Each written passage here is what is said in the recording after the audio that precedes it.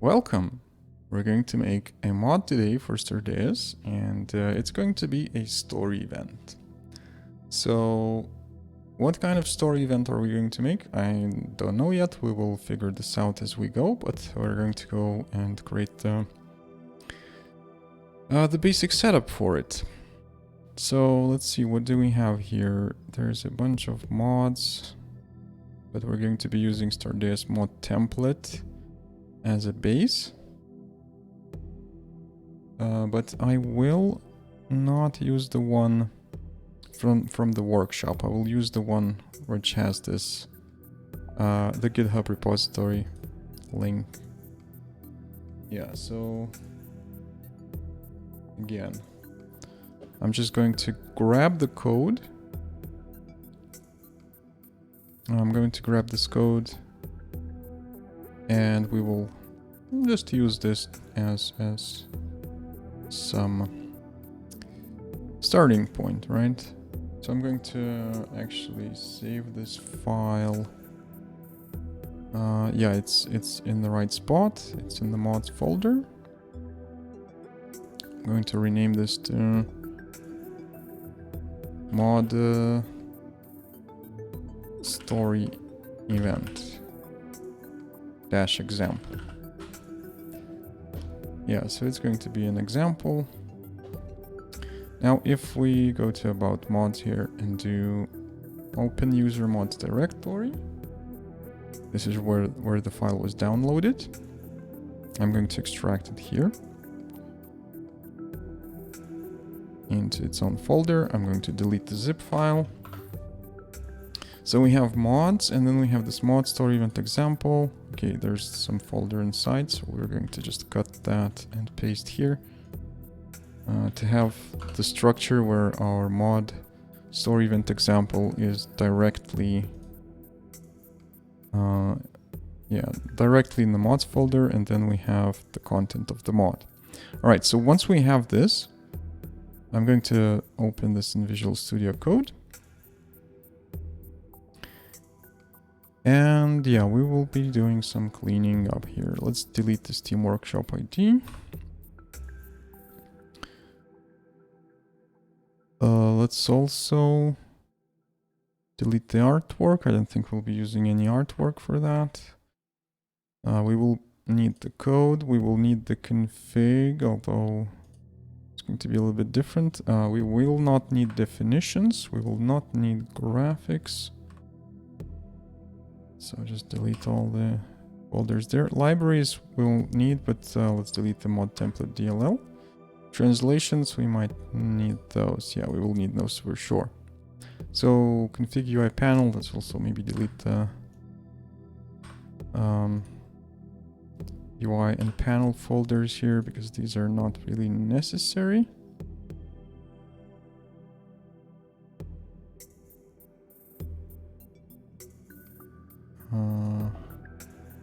There we go. So we have like a clean little setup here. I'm going to go to mod CS project. Just quickly look at this.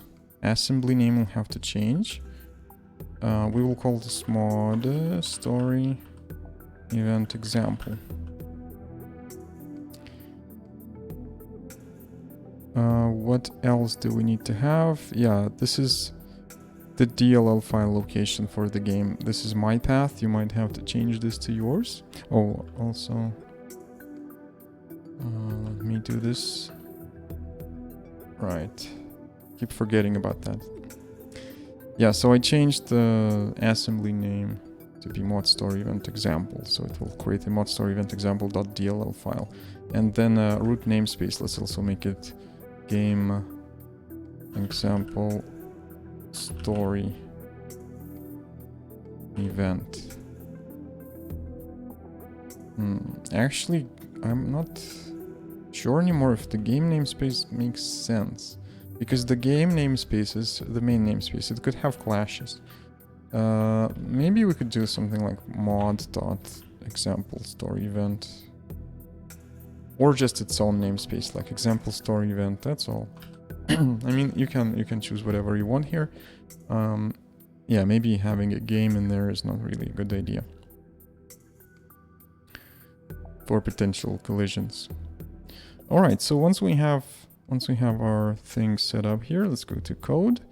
We're also going to delete all the existing components and anything from the code folder. So it's going to be just readme, which we could also nuke. There we go. There's just empty code folder now. I will create a new file here, but let me think. You know what? I want to actually open the source code for reference, but I will be using some tool. Since in the modding series I try to never use any developer tools that I have like for myself. I'm making everything as a person would who doesn't have the access to the source code. So that's what I will do. I will open my tools dnspy. Yeah, I use dnspy. The link will be somewhere here. Yeah, so I will just execute the dnspy and it will open me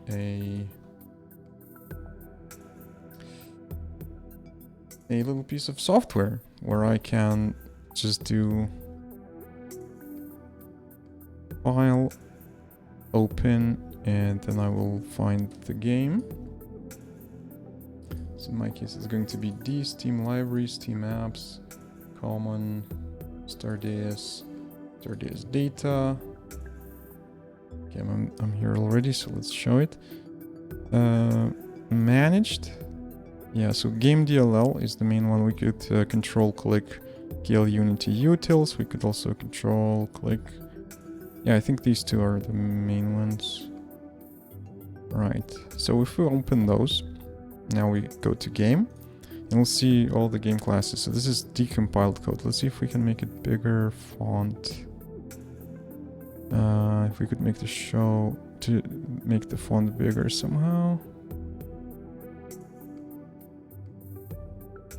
I'm not sure. Probably not. Anyway. Control plus works. Perfect. So, I'll just walk you through some stuff there. And this can also be made bigger with Control plus. That's great.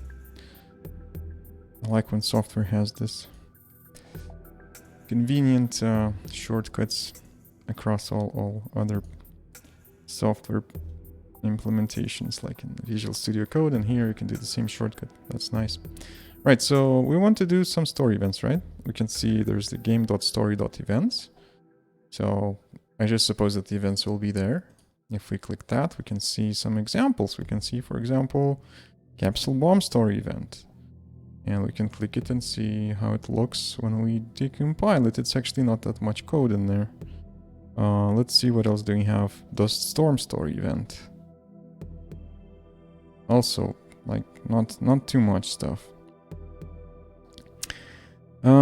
We could think about, like, what do we want to do and then use some example. Which would say have already done a similar thing and then just adapt it a little bit and change. I'm just thinking that there could be an event where, for example, if a robot is working on a construction task and it could be an event that, like, let's say the construction goes wrong and the object bursts in flames. So the construction task would fail, materials would just set themselves on fire, and then there will be an event like that, so failed construction or something. That would only trigger on devices that have electricity enabled, and only maybe if the worker has low construction skill.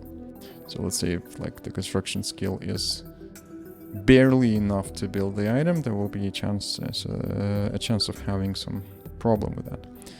So we need something that creates an explosion for this. So let's say or maybe it just sets on fire.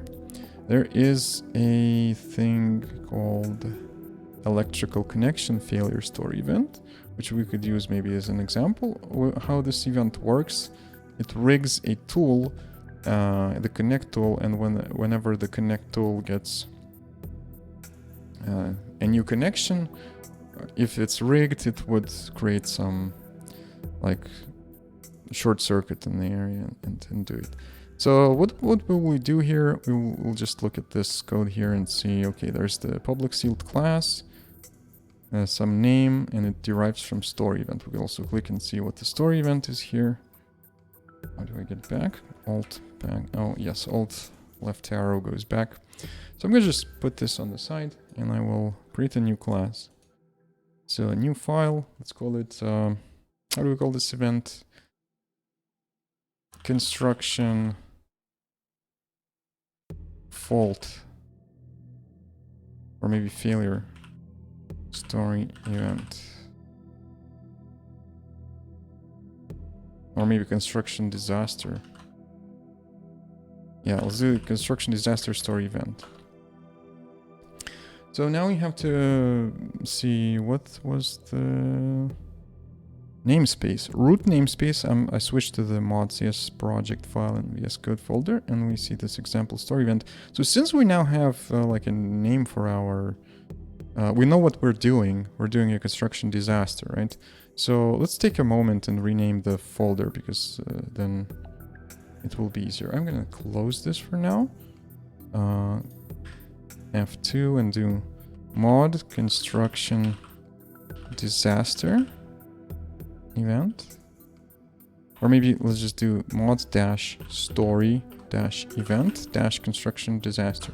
So that way all the mods with story events will have the mod story event in the beginning and then the story event in the end.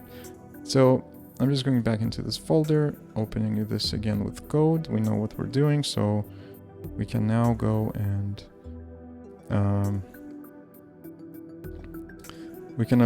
rename our root namespace to be, let's say, story event construction disaster. So it's going to be like separate thing.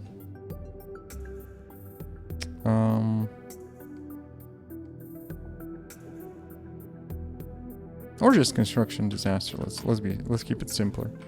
Root namespace construction disaster, assembly name mod story event construction disaster. So the DLL file will be named like that with .dll in the end. Okay, now we go to the code. We make the namespace construction disaster as we set in the mod.cs project. And now we're gonna do public sealed class construction. Now, how do I choose the name for it? I open the existing one, which has like electric connection failure story event. So the convention is that story event is in the end of the class name for story events. So we're gonna do the same. So construction disaster story event, and it derives from regular story event from the base class. Okay, now are we going to get some code completion? That's a good question. Story event doesn't have a definition, but if we look again, let's look at the decompiled source code. We can copy this. We'll have to have a registration for this. So we just copy this block with register. And we're going to paste it here. I like using spaces, so I'm going to convert indentation to spaces. You can use whatever you want for your code, but I'm keeping my conventions. Right, so runtime initialize and load method. Yeah, we will need to import something, but I can see that the Visual Studio Code somehow does not want to complete, to do the code completion, and it probably didn't detect the DLL files. Let's reopen and see what's up. Yeah, so I just closed it and reopened it. I can now see that these are... Alright, there's some projects trouble loading in the in this thing. Yeah, there was some error, so I opened the output and see what MS build is telling us. It's going to be a nice thing to look at, because like you as a modder could also get a situation where things do not compile, so we're going to now see how to troubleshoot it.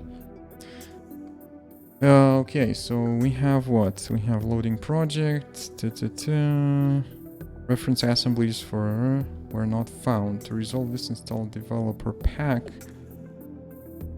for this framework version, or retarget your application. You can download the .NET framework packs at this URL. Let's do control click. And indeed, we will need to get something that targets 4.7. What does target 4.7? There's .NET Framework 4.72 developer pack. But you know what? That's actually suspicious, because I think that we should have a .NET or implementation. Oh, okay. Looks like it resolved itself. But you can read these, and yeah, you can go and install the developer pack. But I actually installed like .NET 6 or .NET 5, and it can also target 4.7. So it was a false alarm, I guess, because now we can see there's 0 references. And if we would do like if we would do store event implement, no, okay, we still haven't got errors and compilation. But if we try F5, let's see what happens. If we try the compile, yeah, there were errors, and it says what? It says that system cannot find the file specified in mod store event construction disaster. What was the file? Type or namespace name store event could not be found. You're missing using directive. We're definitely missing a using directive. But I wonder, why do we not get the suggestions to import? Because we can just do using game.story.events, I think. Or events. Yeah, we can always, if you fail to get this to work, you can always just go here and see what the namespace is and what the usings are in the decompiled code, and just copy this whole block. But I actually want to solve this somehow in a proper way. So if we just retry compiling with F5 again, this time we are still getting a build failure, but this is because instruction disaster store event does not implement inherited abstract member store event meta get. But then again, if you would not get the suggestions working, you would just go to the decompiled code, click on the store event, and you'll see what we need here. There's going to be an abstract method which needs to be implemented, or an interface method or something like that. So if we just scroll, there's, yeah, public abstract store event meta get, public abstract event log entry get. But we want this to be done by our IDE. So I want to actually figure out again why OmniSharp did not give us the symbols and so on. It says symbols not found. Line 4. What is the line 4? Yeah, it's the runtime initialize. So maybe we could actually download that tool somewhere. Checking .NET root environment. .NET set path to .NET. Located one MS build instance. This is coming from Visual Studio. But I don't see like where we... Yeah, we're seeing this reference assembly is not found for 4.7. Let's install the developer pack. Okay, let's just do that. I click this link here. MS build developer packs. And we're then in this .NET Core downloads. So we need something that can target 4.7, right? But yeah, so for some reason, I would expect that this one could target 4.7, and we have this installed, I think. Maybe something got messed up in some update, but I'm just going to try to download this and reinstall it. Perhaps that will be enough.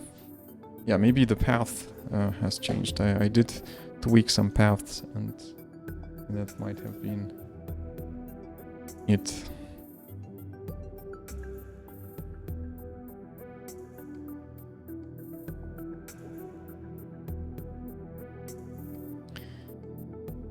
So I will just execute the installer. Also, let's close the game for now because it's just running in the background, doing some unnecessary CPU consumption. Setup failed. One of the more issues closed. Log file. All right. What failed and why?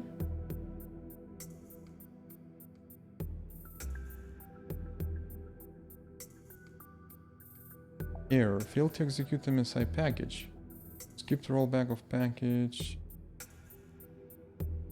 Uninstall already absent. Wow, okay, so there's something wrong with my .NET installation. Let me try this one more time. Install. The following calculations using the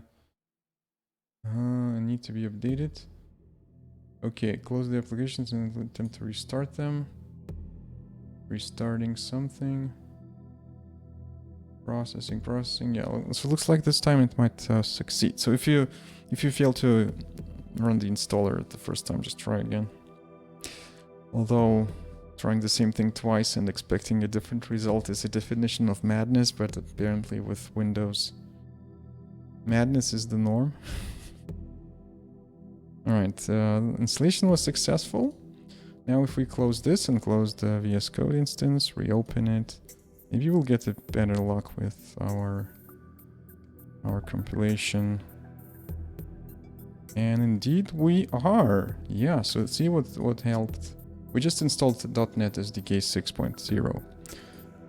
It was installed before, something just broke it, I don't know what. Okay, so now we can see these errors here, which is great because now we can do just this and implement abstract class. So we're gonna have that. If we didn't have the using here, we could just did control dot and using your story events. So just add the classes that you're missing. Runtime initialized, we will add using Unity engine. So as you can see now, it's loading all the DLL files from the. If it still doesn't work for you, you can make sure that you set these paths to correct stuff. Oh wait, actually we don't need to include game. I'm gonna just remove this. It's some leftover. All we need to include is just star.dll here. And let me actually make this smaller so you could see it. Oh, wait. Yeah, let's do it like that. Because I have a widescreen and it's really difficult to film these episodes without messing things up. Okay, so now we have a little file here, right? Construction disaster story event. Now, in the register, we will have to, if we copied this from another file that we decompiled, let's delete this and do our own meta. So we're going to have to do construction disaster story event.meta. And yeah, here the reason why we could actually do the meta uppercase, but the reason why it's lowercase here, because we have to actually create this thing. So we're going to do Before we do, let's go see how it's done in the decompiled code. Let's pretend that we don't know anything. Well, I don't know anything either anyway. So yeah, there's this register, story event meta. Oh, we're looking at the story event class. Let's hold back to electrical connection, which we're trying to use as an example. So let's find the meta. There it is. Just copy that, and we will need the ID as well. So let's just copy the ID as well. Okay, copy these and go here. We're gonna paste, delete the tokens. I'm also going to again quickly convert indentation to spaces, because it's a space game. We don't do tabs here. ID. This has to match the class name without story event. So let's make it construction disaster. Well, it doesn't necessarily have to match, but the convention is that it should. Now the story event meta will have the ID. Oh, we could just do construction disaster story event dot ID. Yeah, we could do it like that, or just do. You can see that it should work just like this. ID equals ID. Yeah. Auto end. We'll get to that. What auto end does is it automatically just finishes the event as soon as it starts. So the initialization code of the event will have to do something, and then the event will be automatically marked as done. Otherwise, it will be ticking. If it's false, it will be ticking. So you'll have to call end event yourself, or it will just keep ticking forever. The event will be ongoing. Now create skip duration warning. This is for events that can last a long time. In this case, I think we will not skip because, or maybe yeah, we will, because we are going to rig a construction, and if nobody's going to do any construction, then this event should not warn about lasting too long. So this is basically a measure against various bugs. And we have in the creation code, we have to do new construction disaster story event, because we want to return this one, not some other event. So there are ways to maybe dynamically do this. For example, asteroid is a good example here. Let's look at asteroid based story events. There's like an abstract story event for all asteroid based events, and then there's, for example, asteroid story event, which registers its own meta class, and yeah, it's just deriving from.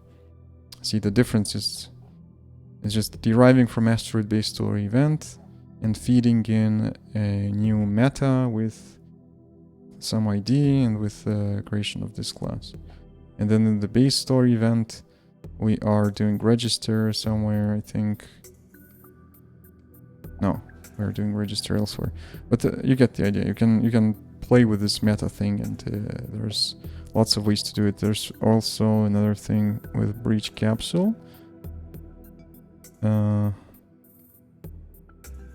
Breach capsule raid story event. This is a good example because I think it registers several different event types. So let's find where that registration is. No, it's not here. I'm confusing something. Let's ignore this. Let's go back to this electricity connection failure story event, which we're using as a basis. So back here, meta is fine. Now main meta should return this meta. This is a static read-only. Log entry for now, let's just keep it as null. We'll do this later. Log entry will be something that will be written into the event log that you can find in the game in the overlays. So it will like leave a bit of history about your ship, about the story that you had. Yeah, we can add this later. All right, so we have like the very, very basic construction disaster. So just to test if this works, We're going to, again, oh, that's the wrong thing. We're going to again go into the decompiled code, and we will have on start and on tick.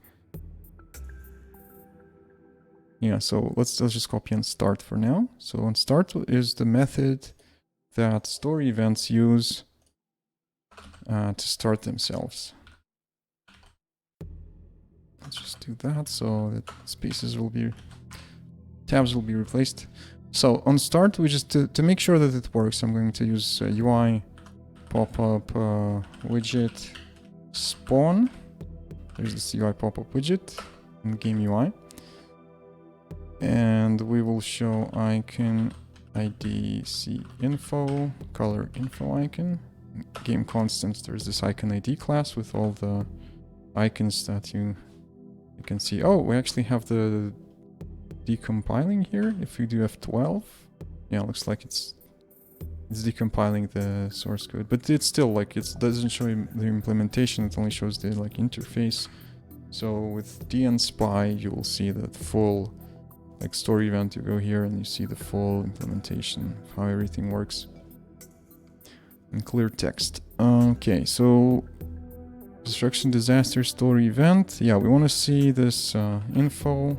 Title will be temporarily, I'm just going to write construction disaster test, and I'm going to write the text story event starting now. It works, and we'll see.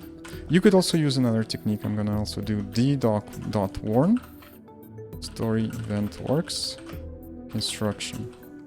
I'm gonna show you both of these. Like you'll see both this, both the pop-up widget and both this. And since right now we have on start and we have this auto end set to false to not keep it running forever, we could do end event, or we could just go to, let's say, public override. Yeah, I'm just going to copy again because I don't remember. So we're gonna find the tick. Where's that? Electric connection failure story event, one tick. Yeah, so we're just going to copy this part, or just copy the signature and then add whatever is needed. Yeah, so paste. Whoop, it didn't. Oh, there it is. Yeah, so we have this on tick, and we're going to log a warning here. Story event ticking. Ticks. Yeah, let's make sure that we show construction disaster. And then we're going to do something like okay, private int ticks equals 0 if ticks ++ is greater than 10, so it's going to tick for 10 ticks. We're going to do end event. And log dwarn ending event construction disaster. So when you're trying to do something, like when you try to create a mod for the game, or basically if you try to do anything,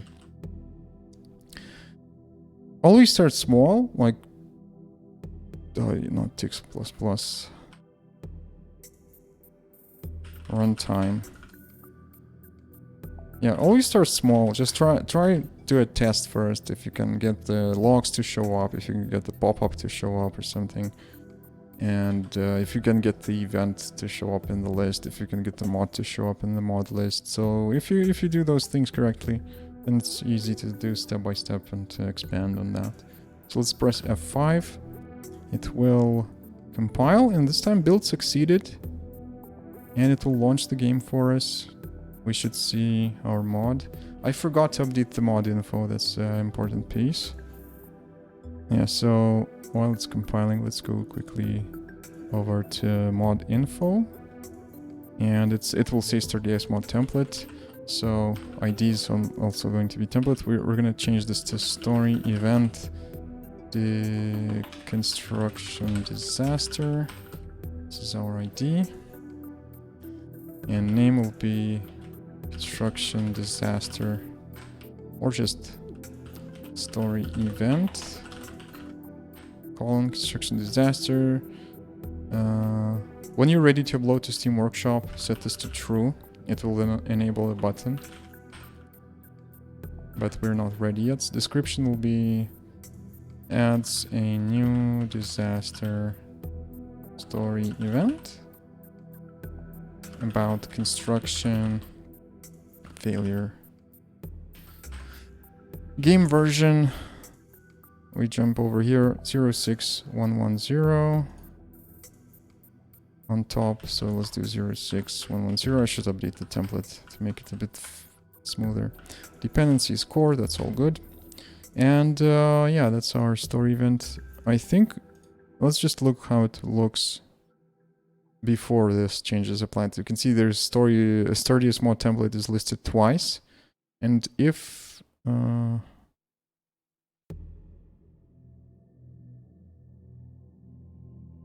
yeah, if we look at there's nothing is here. Nothing serious is here.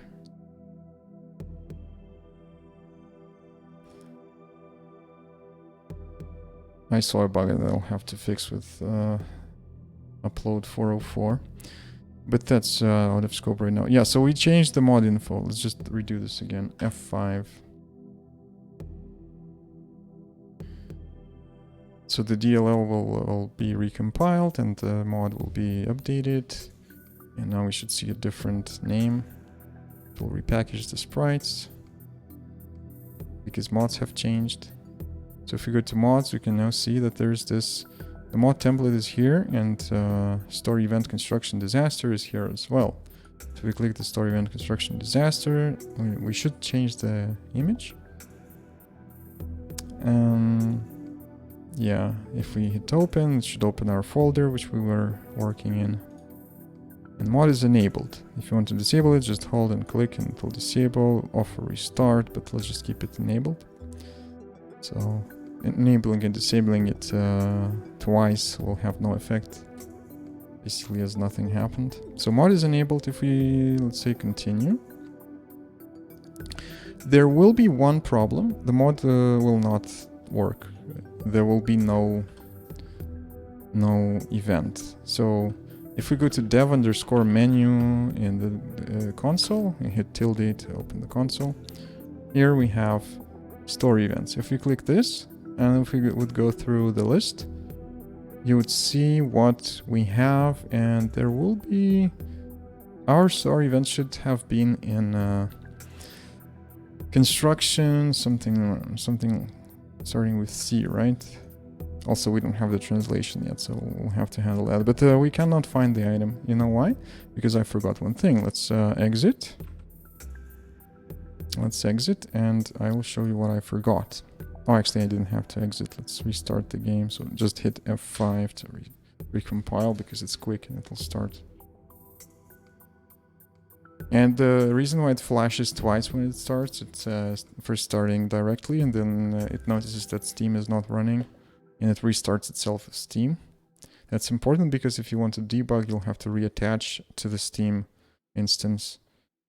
And there's also an unsolved issue where, like, after Unity loads, it somehow hides the assemblies. So if you're trying to debug, it will not show the assemblies. I don't know how to fix that yet. I'll figure it out, maybe. Or someone will, and we'll share the information with everyone. Okay, so now, yeah, what I wanted to do, I wanted to go to core game, and I wanted to open the core game mod. Why? Because the mod file registers itself, but there is no configuration available for the mod, and this is probably the reason why we didn't see the mod in the list. We didn't see the story event in the list. So if we go to config, there will be the story subfolder here, and it's going to be main, and then we will find the electrical connection failure JSON. We're just going to Control-C that to copy it, and I just copied, right? Now we go to our story event construction disaster, open this. We now have to create the exact path. So it was config. Then we have to create a folder called story inside the config. Or you know what? I will do this. Let's delete that. I will do this in Visual Studio Code because we'll see it better. So config here. Let's do new folder. Story. I'm just looking what the structure is in the core mode. Then new folder main. I'll explain what the folders mean. There's a way to make story events for things like capsules and expeditions, and some are internal. But right now, we just create a new, or we just open like reveal in File Explorer. We are in story main, and now we're gonna paste out construction failure JSON and close this. And now we just need to rename that, so it should match the name exactly. We're going to call this construction disaster. Now, since this is a disaster, there's one marker that we will put, because some people don't like playing with heavy disasters. So if you go to modifiers, there's this disable heavy disasters. So asteroids, meteor showers, explosions, and so on will be disabled. So since this is going to be a heavy disaster, which could make someone like get annoyed, we will mark this as such. And for that, we will go and find the core mod, and we will open the asteroid JSON file. So let's open that, and we can see that how it's marked as is heavy disaster true.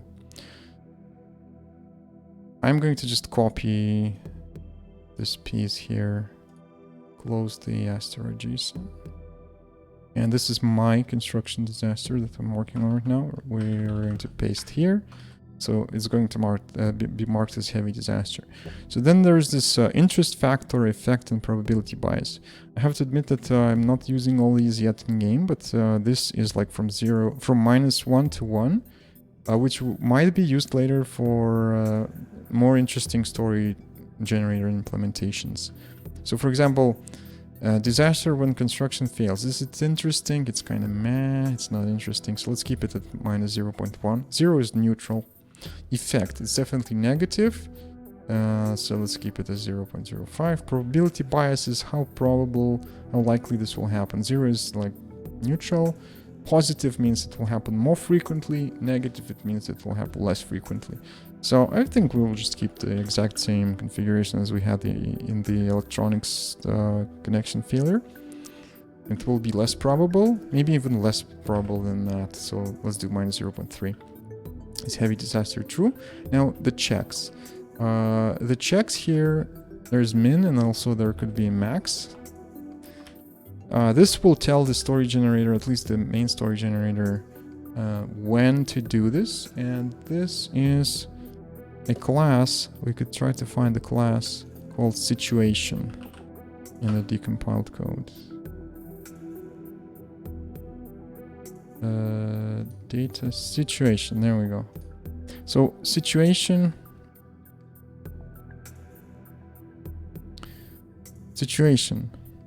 right?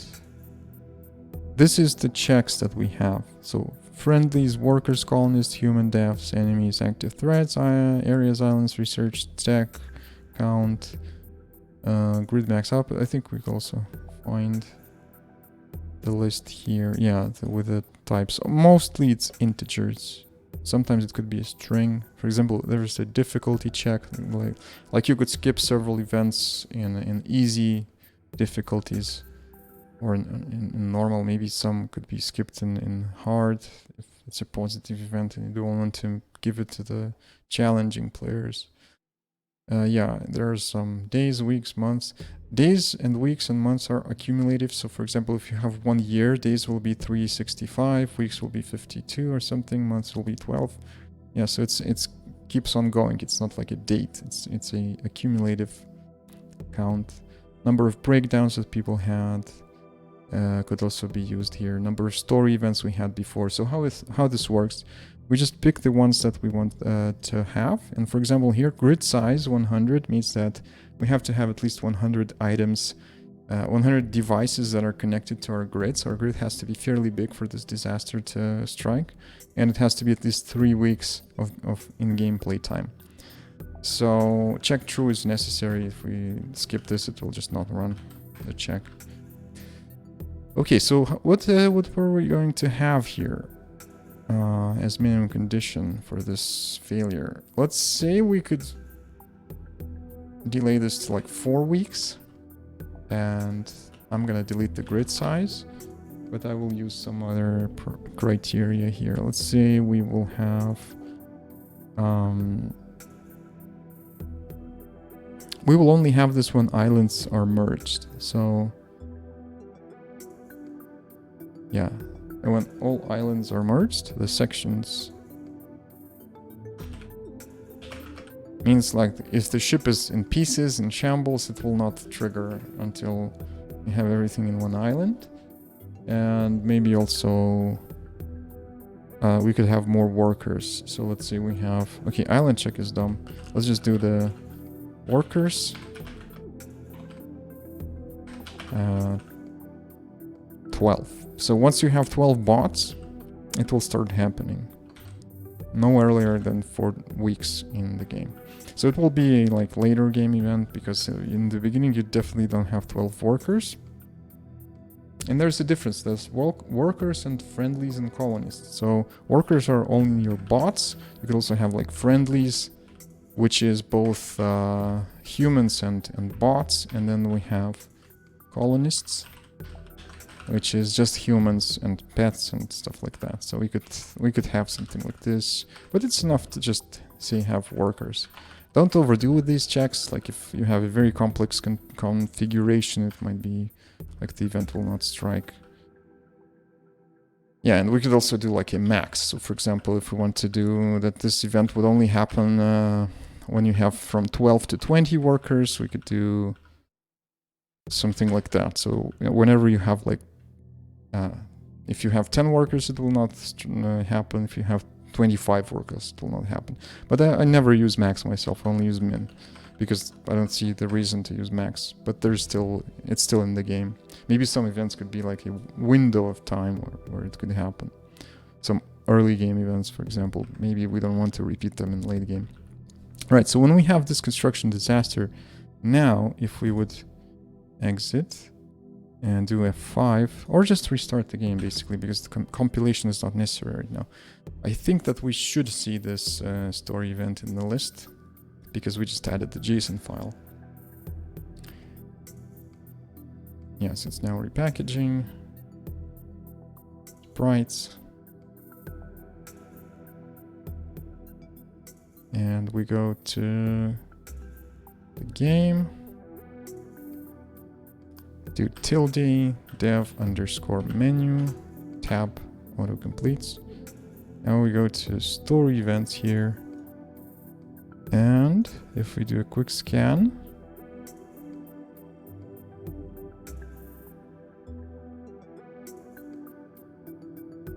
oh, still not showing up. Or did I miss it?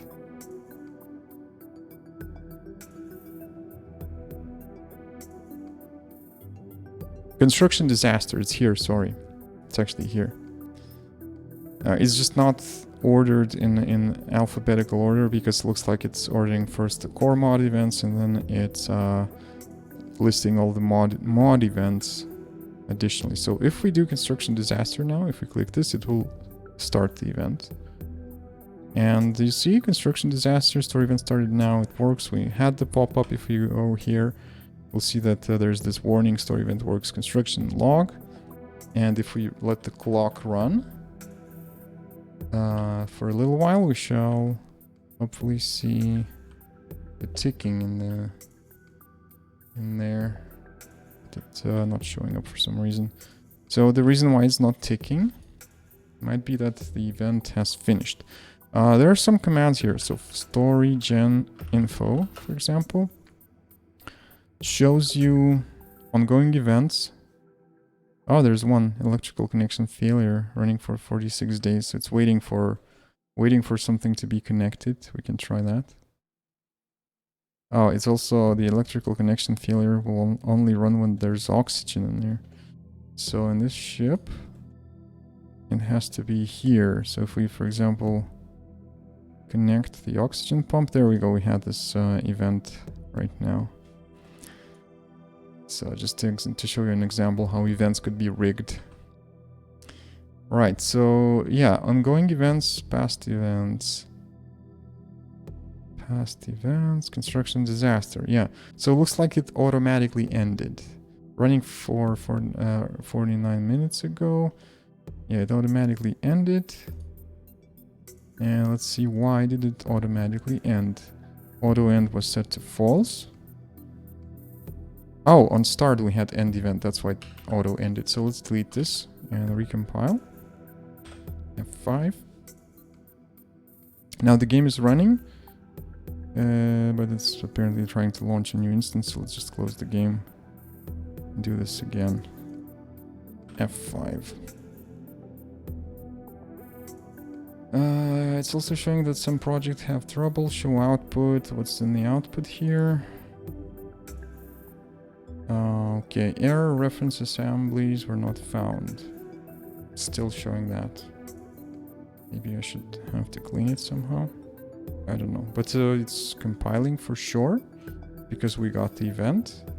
You can always check. Let's go to mods, open the folder, and see libraries. There's libraries here. And there's the mod store event construction disaster DLL file. So this is the file that contains our code. And also, if you want to check what's there, you can always just drag your DLL file into the list here to see how it decompiles. So you'll find your own code decompiled by the same dnspy. So construction disaster, store event. Yeah, so you can see how it looks when you decompile it. So it's just to verify if nothing was stripped or if actually it compiled in the way you expect it to, because sometimes, like when you use certain features from C#, like log entries, you can see there was like the arrow syntax is replaced with the old school get and so on. Yeah, so you can double check. Okay, now let's go and play. I want to see if we will get that event to tick here. So dev menu, store events. We know that we have to go to the second page, construction disaster, click. It works, and if we will wait a little and see here, warning, store event ticking, construction disaster, it ticked for 10 ticks and then it ended the event. Now, to make sure that we can save and load an event which has some runtime limit, we need to know how saving and loading works. So if you want to save anything, let's actually open the decompiled version of store event, and I'll show you how it's done, because store event here has this data. There's this data, and there's like set long, get long, set something, get something, set in, get in, set bool, get bool. All these methods can be used by you to save the data. So for example, instead of runtime int, I could have like runtime with get, which would say data get int. Now the key here will be just anything. I think runtime will be fine. Default will be 0. So we can return, or we could just do get arrow key data get int, and then we could do set, which would do data set int runtime value.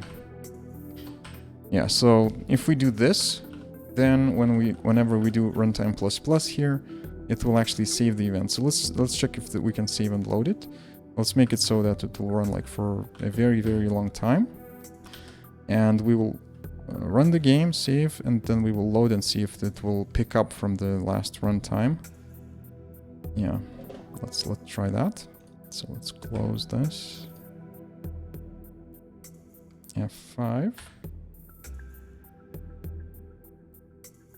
Yeah, it's for some reason it's showing some problems with OmniSharp, but it still works like a charm. And I'm not sure why it's rebuilding the sprites every time. It shouldn't. Technically it shouldn't, because the mod list did not change. Or is it just because the mod was recompiled? I don't remember. I'll have to look into it. Okay, so now if we continue, we can see that nothing is running.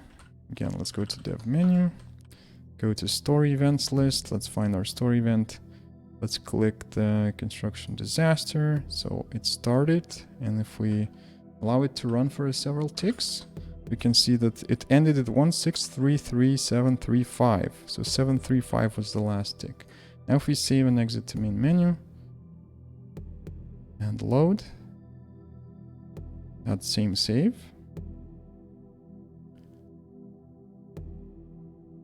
and we go here and we allow the clock to run, it should, in theory, okay, in theory it's a horse, in practice it's dead. There's a parameter name type, exception argument, null exception, value cannot be null. Quote, failed restoring story event component data 0 construction disaster, value cannot be null. So something was null, parameter type. Okay, and if that happens, this is something that I will have to look into, but you can always report a bug and just say choose type. Well, other probably, or maybe just bug minor or bug. I don't know, maybe for modding it could be other, and say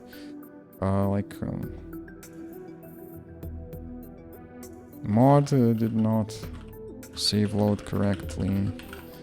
Feedback. I don't know, it's optional actually, you can skip it. Include player log, make sure it's checked. You can also do an open player log directory and double click the player log and just see what's here. This is what I would get. So we can also see that here we had like load game error in the restore story generator, and there was like this create instance, game state data, internal exception. Yeah, so we actually failed to restore the story event. Yeah, so if you send me this thing here, if you send this bug report, submit, you can then copy this code and paste it on Discord, Stardeus modding channel, tag me. I will look when I can. It may take a while to look, so sorry in advance, but I will eventually look and respond. And also, the more description you enter, the easier for me it will be to actually help out. Yeah, so in this case, yeah, also if you're working on a mod, put it on GitHub, include the link so I could look at the source code which has problems, and then I'll try to help out. Alright, so now how do we fix this? How do we fix this? Actually, the saving and loading should be working, so it might be my own bug. ID is construction disaster.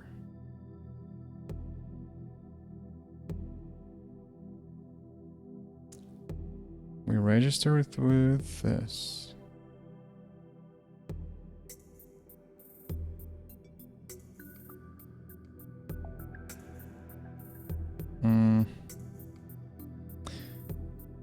No, I will figure this out later, because I just feel that, or was the data not there? Do we have to actually somehow? No, let's try this. Let's just set this back to int, and I just want to verify if it failed due to the data get int set int. If it's compiling now and saving and loading, then it's due to that, due to the runtime. Otherwise, it's something else. It might be something else. Maybe I'm missing something. Maybe it's just for mods. Like, I mean, I might have to add something to fix this for mods. But the general rule is still the same. Yeah, you can use data.stuff to save and load data, which will hopefully be fixed in near future. when I figure out why it didn't work. That's why it's great for me to make these modding series, because I find the issues with the modding system myself. Okay, let's go dev menu, store events, construction disaster. So it starts. We're gonna run the clock. It ticks. Now let's save and load. So exit to main menu, save and exit. Let's take a look here. It's clear. Loading. Yeah, actually it failed to load. It failed to load the store event which was running. Why did it fail to load the store event? I will figure out later. So right now we're not gonna do anything with save and load. But yeah, this is how it's supposed to work. I'm gonna keep it like that. But we are going to make this store event for now. Just we will test this without saving and loading, so it will still work. It will still work. Now, so how do we make it happen? How do we make it happen? I think what we should do is this. We will do on tick. We will not have the runtime save and load. We will just run this forever. So what we want to have is, when we're ticking, we need to see if there is a worker at the moment who is working on construction task, right? Yeah, there is something like that. So the easiest way to scan for something like that is through the concept called adverts. So there's this S, which is state adverts. And we have entity adverts. There are available adverts, which are all the tasks that player has created. And then there's entity adverts, which is all the tasks each worker has currently like reserved for itself and working on it. Right, so I'm thinking maybe, is this a good hook point? It's not a good hook point because the worker, to detect the state that the worker is actually doing the construction at the time is difficult, because it could be like hauling materials, it could be going towards the construction site, it could be doing the construction. So there's another way how to find this thing. Let's go to game signals. That's a very powerful class. Let's find the game signals. If we go directly to game, I think, yeah, game sig. So these signals is what the game sends out, like, and you can attach to these signals and you can listen. Let me show how. I think there's a construction finished or something like that. Yeah, construction completed. Yeah, there's this construction completed and signal tiled, right? So we need to listen to the signal and we'll get the tile at the completion. So let's do, I think we will do this on TIG, but we'll have, this time we will not do a save loadable thing because we don't want to save load this, but we'll have a bool, private bool, is listening to construction completed. So we're going to do this. If not is listening to construction completed, is listening to construction completed equals true. And we're going to do S for state, sig for signals, construction completed, add listener, and we're going to do on construction completed. And I think that's all we have to do. Let's also take a quick look at the store event. Maybe there's a more efficient way to do this. Oh, there's onload on save. Okay, so that's even better. On load we get the component data, which is also great. So yeah, we don't need to tick with this one. We don't need to tick. Wait, we do need tick tick. No, we don't need to auto end, but on tick we're basically not gonna do anything. What we will do is this. On start, we will... Let's actually extract this into its own method. Let's call this start listening to construction. So I will still keep the guard here. So if we're already listening, then we will not do that. So we want to start listening to the construction on start of the event. But if we load the game, we also want to do this public override void on after load or load. No. On end, we also need that. So on end, we're going to do if is listening to construction completed. False. And we're going to S signal construction completed. Remove listener.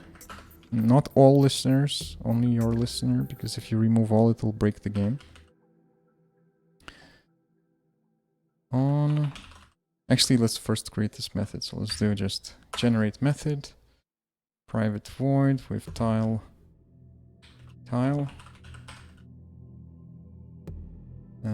On construction completed. Yeah, so we're removing the listener, adding the listener. And on construction completed is something that we will have to do.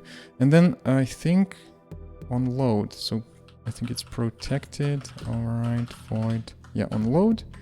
On load, we're going to also do start listening to construction. So we are going to start either on start or on load.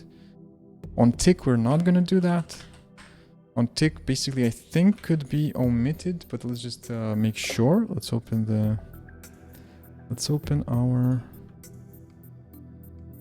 game's story event and see how on tick looks in the story event. If it's blank, then we can do it, but it might be that it will complain. Yeah, there's this thing. Story event does not override on tick and has no auto end and duration is 0. Could be running indefinitely. So this is like a safeguard, so people would not forget to do this. So we have to override it, but we can just keep it simply blank. We will not need this. So on construction completed, this is going to happen whenever some tile gets constructed. So for now, let's just do this. Dwarn just constructed, and we print the tile. And let's run the game. I want to see if this will still work.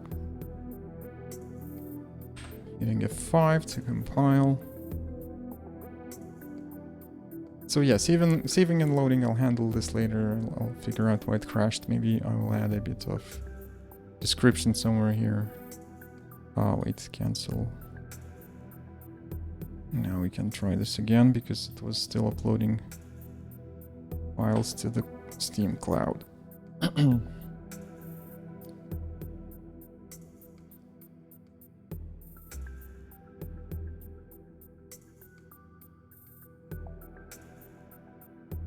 Yeah, this video is getting a little longer than I expected, but it's a big thing to add a task like this, to add a story event. So we also tackled some difficulties. I think it's going to be a useful video. Okay, so we have loaded. We had the error that some stuff failed to load. If we go to story event, no, story gen info. Yeah, we had the construction disaster twice. And we can still execute this. To go to dev menu, go to story events. So what I want to have here, I want to see when we start. Where's that? Construction disaster. Yeah, when we start this. So it starts out.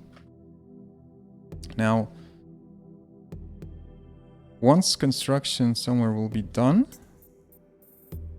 let's actually order some, but I actually want to make sure that we're not in the sandbox mode or construction will happen immediately. So let's say that we want to build something simple like this piece of wall. And once this will be done, we should see that piece of wall was built.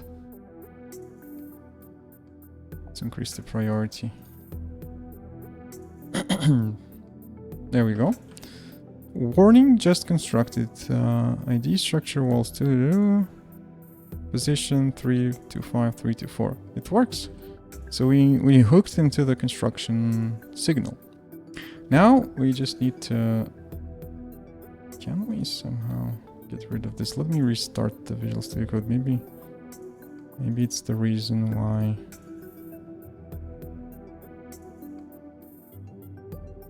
Maybe you have to restart it all work properly. Anyways, we need to actually do something on this construction. So first of all, I think we might need to check if the tile was actually a energy node. So if the tile energy node is not null, it means that the tile is actually electrical, which means that it may be explosive and so on.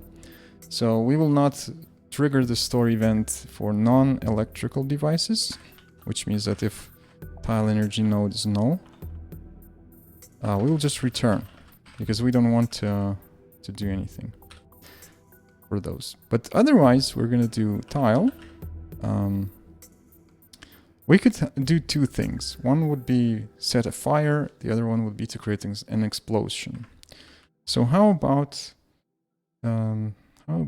we figure out... Now the problem here is that we will not be able to know who has completed this. Yeah, we will not know who has completed it. But we might also use another signal, advert completed, and that will likely have the... That will like send us every time the task gets completed, so we could check the worker as well. Yeah, so there are ways. But I'm gonna keep this simple. So we will do just this. If state random generator chance, we're gonna have like a 20% chance to create an explosion. And then we will have like 80% chance to start a fire. And we will just damage the event and damage the device that we just built.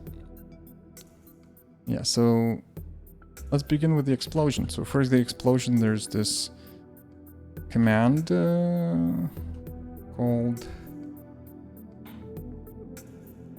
create explosion. It's in game.commands. And let's see what's the signature. Position. Position is going to be tile.position. Radius is going to be, I would say, random. So let's have like a radius equals sRNG range from 2 to 4 to 3, or maybe from 1 to 3. So something in between this radius. Now the explosion damage, let's make it weaker. Damage equals s range between, let's say, 50 and 80 or 100. Just a weak explosion. And we will multiply this by s difficulty, store event difficulty. We can also multiply the radius by difficulty. Yeah, we could do that. So that way, if you're playing on challenging, the difficulty multiplier will be something like 2. So it's going to be bigger radius and more damage. And then we create this explosion. We pass the damage. It was strength. Trigger event. True, which is already true. Blow hole in radius. False. Yeah, we don't want to blow a hole. And we could pass the random generator. So we could do RNG fork, which will fork the current RNG. Or you could just do something like RNG equals sRNG fork. So what does this fork do? It just creates a copy of the random generator, so it's not gonna affect any other parts of the simulation. If you do sRNG, then it will also affect the rest of the game a little bit more. So it's likely nice to do this. And then we just pass this RNG. And they create explosion. This will always make things reliable. Well, at least we'll try to make things reliable when we're having those events. Right, so start a fire is easy. Now, I made a mistake here. If I just create this command, nothing will happen because it will simply remain as an object, but it will not be executed. So what we have to do is this. S command Q and Q command. So then it will be executed on next tick. In some cases you can just want to do command execute and pass the state.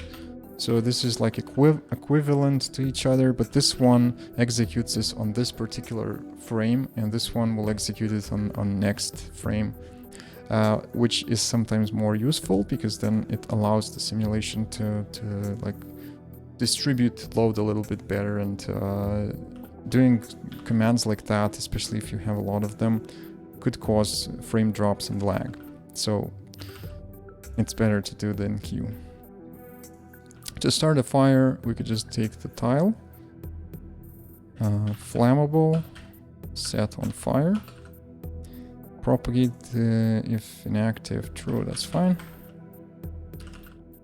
And we probably want to take some damage, like tile.damageable. Since here the explosion will deal the damage, we might still do something like tile damageable,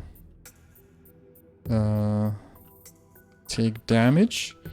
Let's do tile damageable health, or max health. Yeah, max health times. Let's say we will do, okay, damage percent. Let's do damage percent equals RNG, range from like 20% to 30%, so it's gonna be slight damage, and maybe times as difficulty, store event difficulty. Maybe let's do from 10% to 30 times difficulty. So then we will, yeah, let's do that first. We're going to deal some damage. And then on the next frame, we're going to cause the explosion. So it's going to be like there was damage, and then next frame, the damage caused some short circuit and some internals exploded.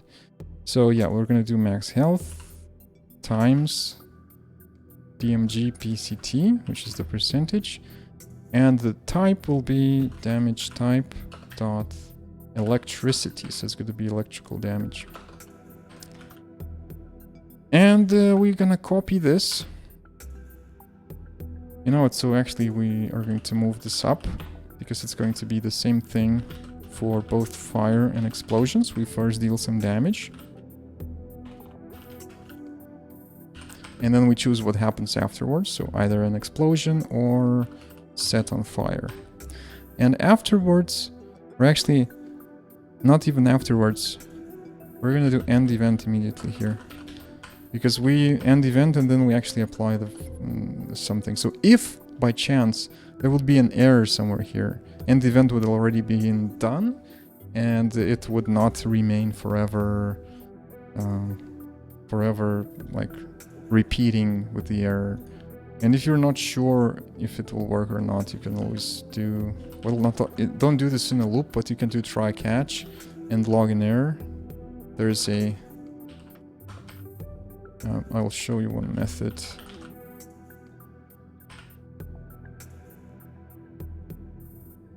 Catch exception, and there's a method called dlog exception, and here we can say that failed to execute construction disaster on, and we can pass the tile. So we will log both the exception with the stack trace and also some extra bit of information here, and it will not crash the rest of the stuff. So in that case, if we do try catch, we can finally do this here and the event, so it will surely execute there. Yeah, so that's it. That's it for this. And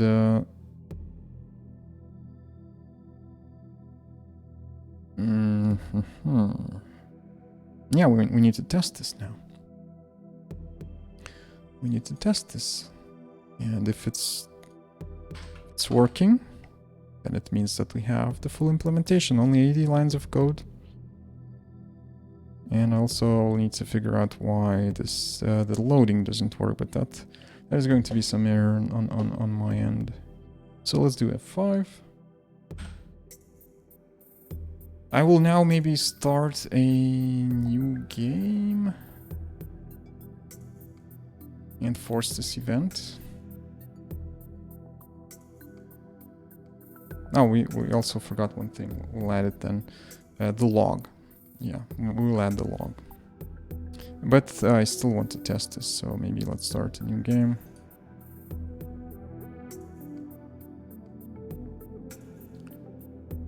Naturally, this event would only happen when the conditions are met that we defined in the JSON file, but whenever you just do dev menu and you do the store event, it will happen regardless of anything you have predefined, so you can trigger the event. All right, construction disaster, we'll have to remove this pop-up, but it's already rigged. Now if we go here, store event works, we should have something rigged. So just for a test, we're going to build a floor, and we're going to build a wall, and we want to make sure that it will not explode. Once we build these, nothing happened, but now we're going to build a matter reactor, and it should explode. Or there we go, it works.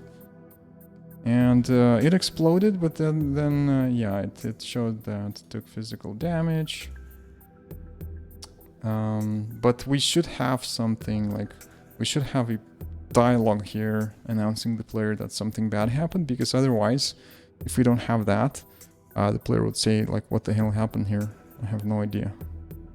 And we, like, as a ship computer, you always get some information about failures of your robot. So you can see the robot here got damaged, and the reactor got damaged, and we can actually even see if this will not happen if we build again. So let's just build this, just to make sure that it will only happen once. Yeah, it happened only once, but now if we go again to Control F2, once we open that, store events, let's do one more construction disaster. So we just enqueued another one.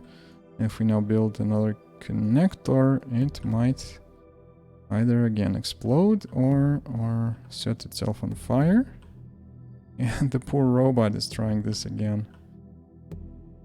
There we go. So we had a fire, the robot extinguished it. There we go. So that is the essence of that. Also, there's, you know, there I have another option that we could make. We could make this a little bit more interesting. Is heavy disaster here, right? Heavy disaster. Let's remove this. It's not going to be heavy disaster on its own, but we can check if we can do an explosion. So let's say that we will do like bool can explode, and we're going to do s pref get bool prefs pref heavy, no heavy disasters. Default is false for this, so we have to fall back and see what the default is. So if this is set to true, it means that we have to invert this. Yeah, so if this is set to true, then it will become false. So can explode become false. And then we can do this if can explode and range chance. But actually I want to do explode chance equals 0.2f. You know what? We could actually do something like math lerp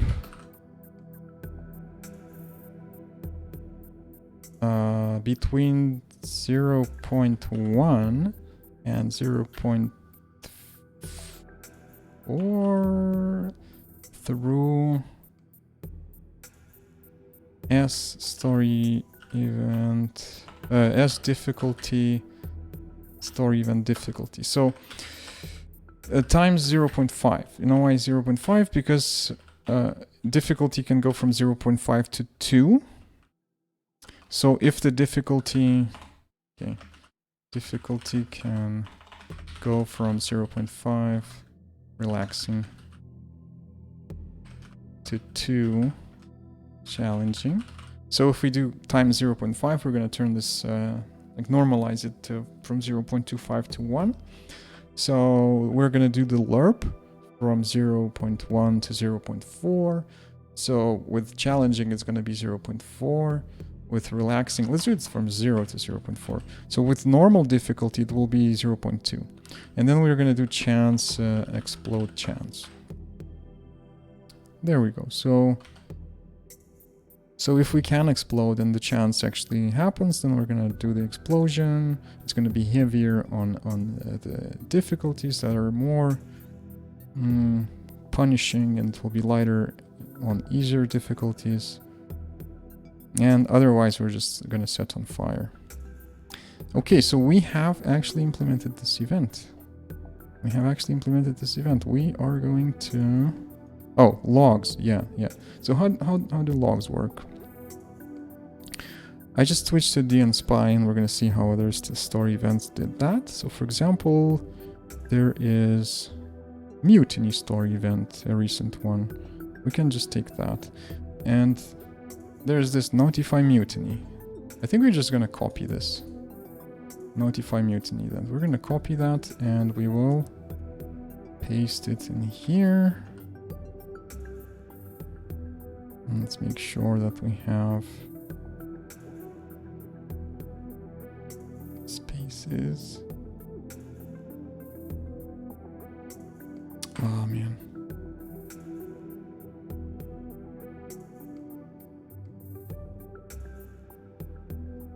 Let me get this together.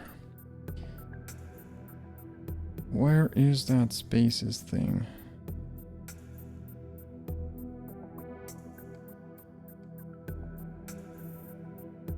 There we go.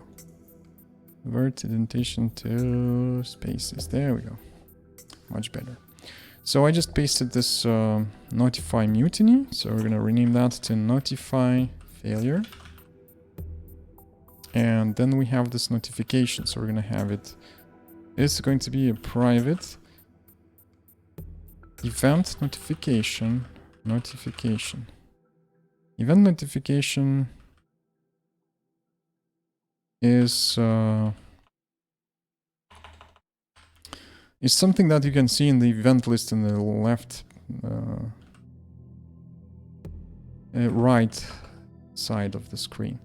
So UDB create is the UI data block create. This will be so we can set the ID to something like construct fail event icons color knife. This is gonna be from icon ID C deconstruct. It's gonna be deconstruct icon, which will be the bricks with red circle crossed out, which will means that the deconstruction failed, that the construction failed actually. And this thing here, the translation. Let me actually clean this up first. Log entry show details, priority normal, true, and we send the signal. Alright, so notify failure, deconstruct. Now we need a text here, title. So you can't do English title like just construction failed, but that's a very bad way to do it, because if your mod will be successful and people will want to translate it to other languages, they will not be able to. So instead you should do this. You should do EVT or maybe EV for event dot construction dot fail dot title and then dot T.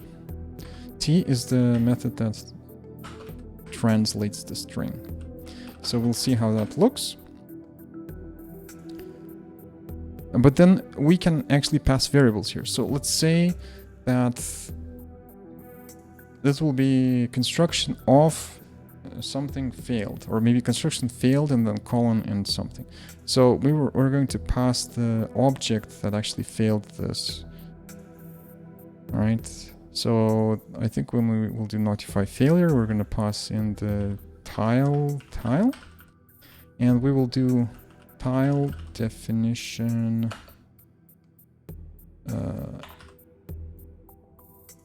name translated. So name T is name translated. But it's even better now because we're creating this UI data block. UDB is short for UI data block. UDBT is short for UI data block type. Just saying. So we can now pass the tile.main data provider here, which means that if we get this event to show up, if we hover the icon, it will, first of all, it will likely show the icon. Or no, we actually could. No. Yeah, so when we hover that, we'll see this magical link to the item on the map, and when we click the item, it might even focus on that. We'll test it if this works. If it doesn't, we might do this if we have some time. Okay, so construction failed title. We will also need a... yeah, the title will be used more than once. So let's have a private string event title, which we will set somewhere. And then we will just use event title here. And we're gonna take that, so we don't need to pass the tile. But when we do this construction here in on construction completed, this is where we are going to do the damage dealing and all that. So maybe right here we're going to say event title equals event construction failed title with tile definition name translated. And we are going to notify failure right now up front. So we don't pass the tile anymore because this is not needed. Oh wait, we need the tile because we want to do the data provider. Yeah, we need the tile. Event title is here. So after the title, we close this. Yeah, we don't need that. Wait, new action. It's actually click function. Should just do this. Yeah. And we don't need that. Yeah, okay, so that should probably be better. Now here we just notify failure and pass the tile.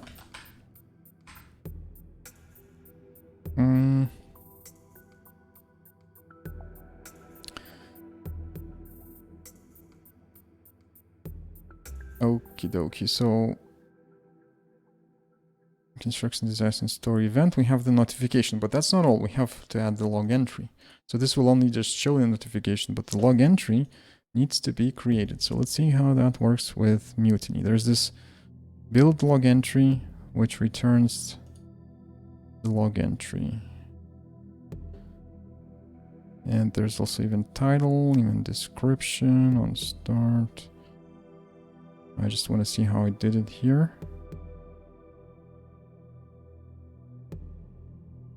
Notify Mutiny. Where's the build log entry? Log entry. Oh yeah, so there's this. Yeah. So we just copy that. Let's just grab all this. No, wait. Log entry. Actually, we'll have to create log entry elsewhere. So let's just copy build log entry. Yeah, our implementation is going to be slightly difficult. Slightly different, not difficult. I guess we could do this in Notify. So we will do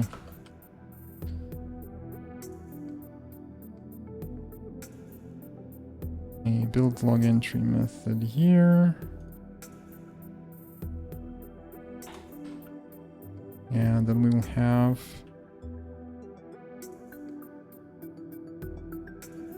event log entry create for. This will be event title that we have created, and event description. Event description will actually be also created later. Icon ID, C deconstruct. So colorful deconstruction icon. And then we have the int entity ID. Now that could be the tile. So let's do tile, and we will do tile entity tile ID. So that will create the event which will be linked to this particular tile. So when we will click the event, we will see it. So notify failure, we'll do log entry equals, actually let's do like lowercase log entry. Private event log entry lowercase, and we're going to return that here. So log entry equals build log entry for tile. Now event description will have to become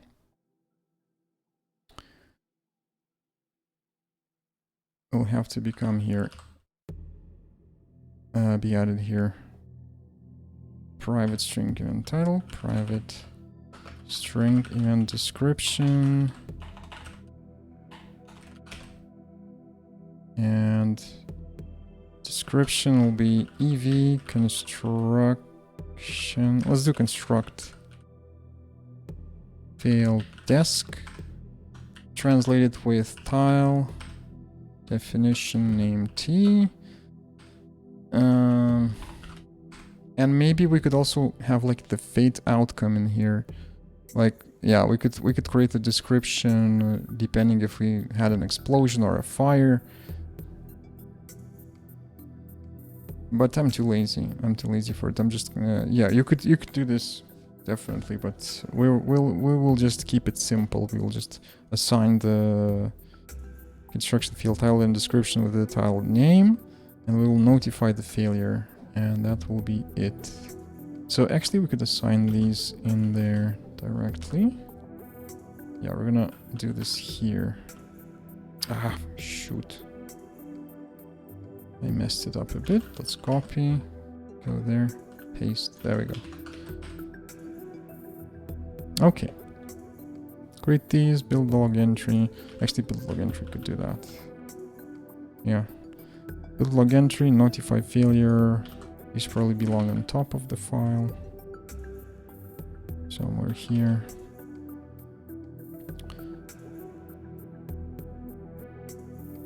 Okay, register.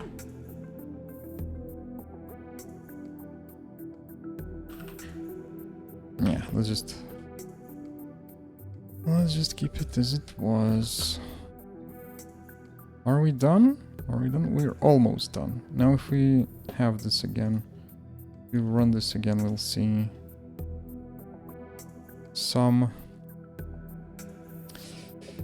something happening. Yeah, but we will be missing the translations. You know what? I could just do this right away, so we will not have to do this twice. Let's go to translations English, and we need to know which keys are we adding. So I'm just going to copy these two lines. Go to English, paste here. Let's remove all that. Move this here, clean it up a bit. So field title, field description. Now, okay. This is a CSV file. You could put this into Google Sheets with columns and then export if you have problems with skipping quotes. But the key is important, translation is important, version can be blank, and comment can be blank. So just something like that is a blank placeholder. And we could do construction failure. You know what? I reconsidered. We will not use the 0 here. We will not see which device failed. We'll just say construction failure. And then we will have there was a critical failure while building. And we could put bolt tags around it. The device may need immediate attention. Or maybe the area. The area may need immediate attention because there might be a fire here. And then we could pass the context for translators. So if you go to the very end here, this one is version, but the last one would be like, you could say 0 will be the device name. Yeah, that will let the translators know that what will be in the 0. Okay, so construction failure. Yeah, since we removed the title, we can now do just T here without variables. EV construct failed title, EV construct failed desk. We copied, so there will be no mistakes in that. And I think we're done. Let's run the mod and see if we have it. Took a little while, but all good things are worth the wait.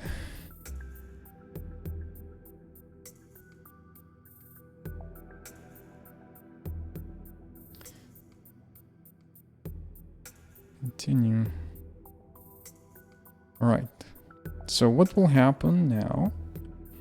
We will double check that there are no errors in the log. Do dev menu. Go to store events. Find our construction disaster. Rig it. We have to remove this. I will do that. And now we need to start building something. So let's just do this. And see if we can get the events to appear here in the list.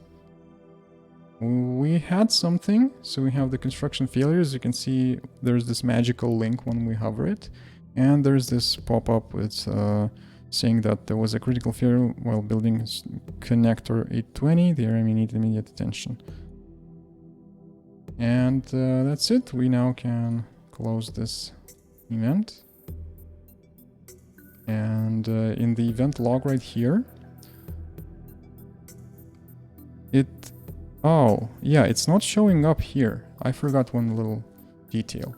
So the log entry was created, but it was not registered with the story. And to register it with the story, we have to do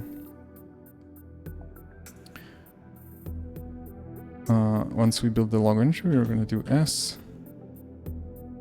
story log, add log entry.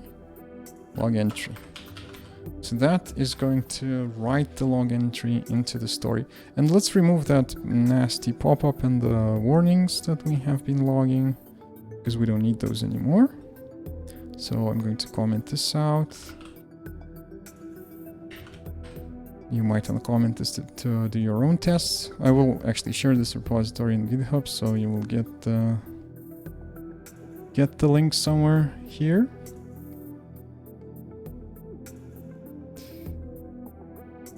And you can try it out.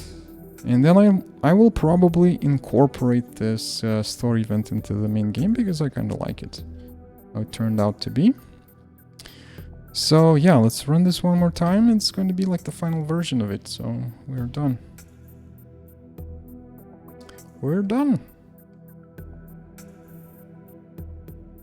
Shouldn't be no pop-ups, shouldn't be no unnecessary logging.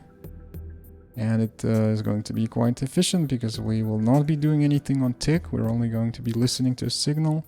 And when the signal comes, we're going to activate the signal. I'll still have to figure out why the save load didn't work, but the rest is going to be just fine. So story events, construction disaster. I clicked it once. We can verify if we go to story gen info. We can see that ongoing events is construction disaster running for 0 seconds. Past events, 2 construction disasters before, which we tested. I'm going to have to actually figure this one out. Don't know what that is. The 404. We will figure it out. Yeah, so now let's build a charge station for the bots, and it will also explode. Or set on fire. It was a fire. Construction failure. There we go. That's it. That's it. And do we see this in the log? Yep, construction failure 15 minutes ago. Details. It's working great. So there we have it. Thank you for watching. I hope you enjoyed this. And if you want more content like that, if you want to learn to do mods, subscribe, leave a like, leave a comment. That will signal me to do more of content like this. And yeah, sorry it took a little long. It wasn't. I didn't expect it to take too long. It didn't take that much time, but well, it is what it is. At least we have the working mod. Yeah, I will share it in GitHub. There will be links, and see you in the next episode. Thank you for watching.